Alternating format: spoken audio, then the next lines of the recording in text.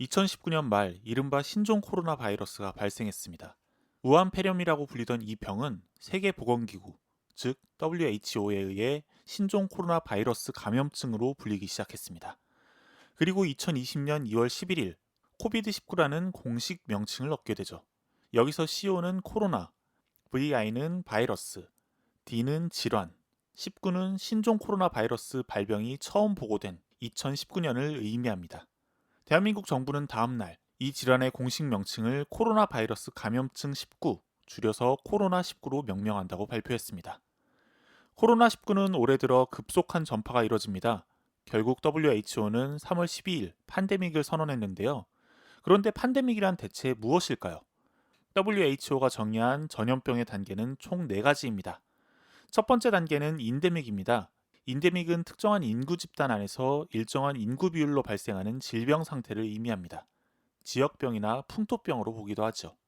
두 번째 단계는 아웃브레이크입니다. 한 지역 내에서 질병이 일정 비율을 넘어서서 확산되는 상태를 의미하죠. 세 번째 단계는 에피데믹입니다. 특정 지역에서 발발한 질병이 갑작스럽게 예상을 넘어서서 전염이 광범위한 지역으로 퍼지는 상태를 의미합니다. 그리고 WHO가 규정한 전염병의 마지막 단계가 바로 팬데믹입니다. 정확히는 전염병이나 감염병이 에피데믹 상태를 넘어 전 지구적으로 퍼지는 상태를 의미하죠.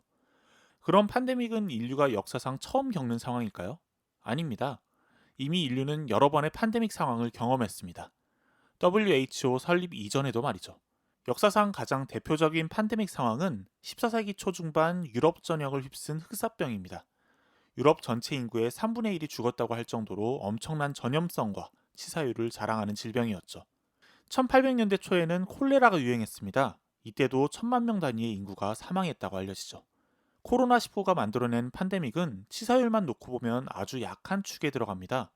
전염성이 강하고 아직 치료제가 개발되지 않아서 오는 공포감이 있지만 치사율만큼은 기본 20에서 30%에 달했던 과거의 흉악한 전염병의 명암도 내밀기 힘든 수준이죠. 병이 대체 어떤 경로를 통해 퍼지는지, 왜 걸리는지도 몰랐던 과거 사례와도 다릅니다. 현대의학의 수준을 믿고 신중하게 대응한다면 결국에는 인류가 넘어설 수 있는 병이라는 것이죠. 전염병, 즉 감염병은 기본적으로 기생생물에 의해 발생합니다. 박테리아나 바이러스가 원인이죠.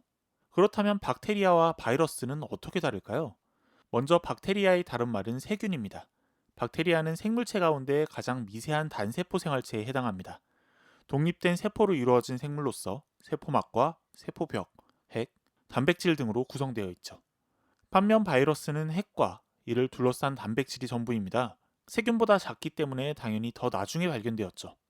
세균은 온도, 습도, 영양 성분 등이 있으면 자체 증식을 할 수 있지만 바이러스는 그게 불가능합니다. 숙주가 존재해야 하는 것이죠. 바이러스를 생명체로 볼 것인가, 무생물로 볼 것인가 논쟁이 있는 이유도 바로 여기에 있습니다. 바이러스를 조건부 생명체라고 부르는 것도 이 때문이죠. 박테리아는 항생제로 대처가 가능합니다. 대표적인 사례가 20세기 초 영국의 미생물학자인 플레밍이 발견한 페니실린이죠. 1928년 여름, 플레밍은 포도상규균을 기르던 접시를 배양기 밖에 두고 휴가를 다녀오게 됩니다. 어처구니 없는 실수였죠. 그런데 당시 그의 실험실 아래층에는 곰팡이를 연구하는 사람이 있었습니다. 그리고 그 곰팡이가 우연히 플레밍의 배양 접시에서 번식하게 됩니다. 휴가에서 돌아온 플레밍은 곰팡이가 있는 곳 주변에 포도상규균이 깨끗하게 녹아있는 상황을 마주하죠. 무신경한 사람이라면 실험 버렸다며 배양 접시를 버렸겠지만 플레밍은 다른 생각을 했습니다. 이 곰팡이가 균을 죽일지도 모른다는 생각을 한 것이죠. 이후 플레밍은 이 곰팡이의 배양을 통해 향균 작용을 확인합니다. 해당 곰팡이가 페니실리움 속에 속했기 때문에 페니실린이라는 이름이 붙게 되었고 말이죠. 페니실린은 인간의 백혈구에 전혀 해를 끼치지 않는다는 점에서 획기적인 발견으로 일컬어집니다. 이후 이를 정제하는 방법이 개발되어 1943년부터 상용화되었고 페니실린의 원리를 응용한 여러 항생제가 개발되었죠. 문제는 바이러스입니다. 항생제로도 잡을 수 없기 때문이죠. 페니실린 같은 항생제는 세포벽에 타격을 주는 방식이기 때문에 세포벽에 없는 바이러스에는 타격을 줄 수 없습니다. 인플루엔자 바이러스로 감염되는 감기에 걸렸을 때 항생제를 먹는 게 의미가 없는 이유이기도 하죠. 항바이러스제를 만들기도 하지만 바이러스의 빠른 복제와 변형이라는 특성 때문에 광범위하게 쓰이기는 어렵습니다. 까다로운 놈이죠. 전염병을 일으키는 미생물은 영역 확장을 위해 여러 전략을 사용합니다. 우선 숙주를 빨리 죽이지 않습니다. 다른 숙주에게 옮길 수 없기 때문이죠. 미생물의 목적은 결코 숙주를 죽이는 게 아닙니다. 그냥 복제가 되려는 것뿐이죠. 숙주를 너무 빨리 죽이는 미생물은 당연히 전염성도 약하고 도태될 수밖에 없습니다. 심지어 보균자에게 아무런 피해를 주지 않으면서 다른 사람에게 옮기기만 할 수도 있습니다. 각 개인마다 면역력이 다르기 때문인데요. 병원 미생물에 감염되었다고 모든 사람이 동일하게 증상이 발현되는 것은 아닙니다. 각 개인이 가진 면역력에 따라서 증상이 있을 수도 있고 아닐 수도 있죠. 열이 나는 사람도 있고 안 나는 사람도 있으며 기침을 하는 사람도 있고 안 하는 사람도 있는 경우와 마찬가지죠.